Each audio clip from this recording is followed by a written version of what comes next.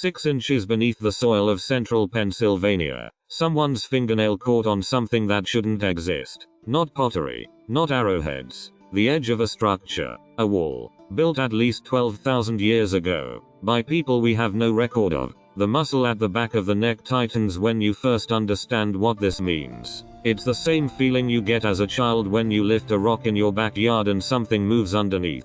That small stomach drop that the ground beneath your feet was never just dirt. For 11 years, this discovery sat in academic journals almost no one reads. In peer-reviewed papers published by universities in the Midwest. In databases indexed by 3 people and a bot. The civilization we're about to show you, the one that existed when the last ice age was still receding from what would become the Great Lakes, was buried not in the earth. It was buried in plain sight. To understand the scale of what was found, you need to understand what we thought we knew. The consensus timeline said, humans arrived in North America roughly 15,000 years ago. Crossing the Bering Strait land bridge, they spread south. They settled. They built the cultures we recognize from archaeology, the ancestral Pueblones in the southwest, the Mississippian mound builders in the Midwest, the Haudenosaunee Confederacy in what is now New York. That timeline was confident, settled, taught in every textbook.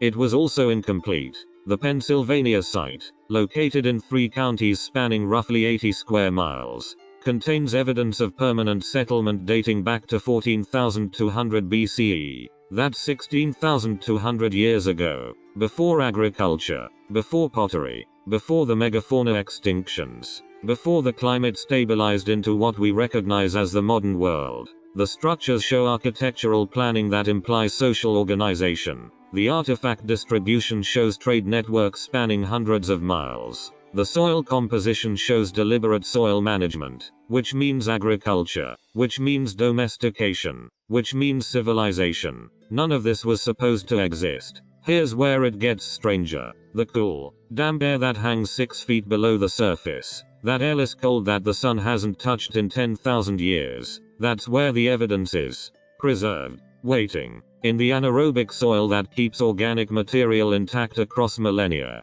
Bone. Fiber. Plant material. The material record of a culture that was erased not by time but by what came after. The erasure began 500 years ago, when European contact introduced diseases that killed 90% of the continental population. When colonization reshaped the entire landscape. When forests were clear-cut. When soil was torn up for farming, for mining, for highways. When the ground itself was rewritten. The Pennsylvania civilization didn't disappear naturally. The evidence suggests they thrived for thousands of years. They grew, they built, they maintained a stable population. And then the climate shifted roughly 9,800 years ago. A dramatic cooling event that lasted 400 years. Crop failures. Migration pressure from the north as the ice sheets retreated. Population movement south and west. Gradual abandonment of the sites. But here's what the textbooks never told you. That abandoned civilization left descendants.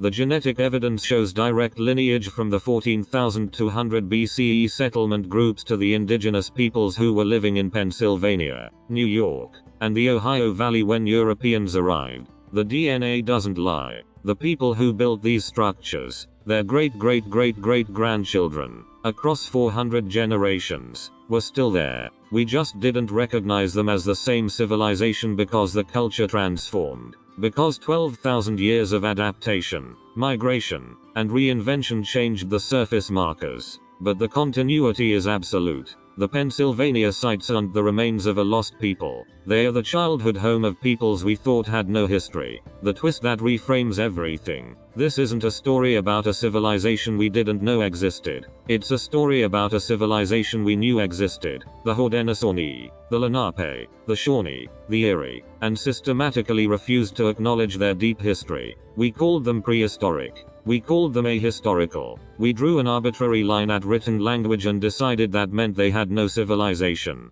But they did. For 12,000 years, they occupied and shaped this landscape. They built. They organized. They understood architecture and agriculture and trade. And when we arrived, we didn't just conquer them. We erased the proof that they had ever been anything other than obstacles to progress. The Pennsylvania sites change nothing about who they are, and they change everything about who we claim to be. This matters right now because we're still making the same mistake. We're still looking at land and seeing emptiness. We're still assuming that our kind of documentation, our written records, our museums, our peer-reviewed papers, is the only kind of history that counts. We're still valuing the knowledge systems that got written down over the knowledge systems that got lived. The Pennsylvania civilization was never lost. We just weren't looking. Not because we couldn't. Because we didn't want to see what finding it would mean. The ground beneath Pennsylvania holds 12,000 years of continuous human presence.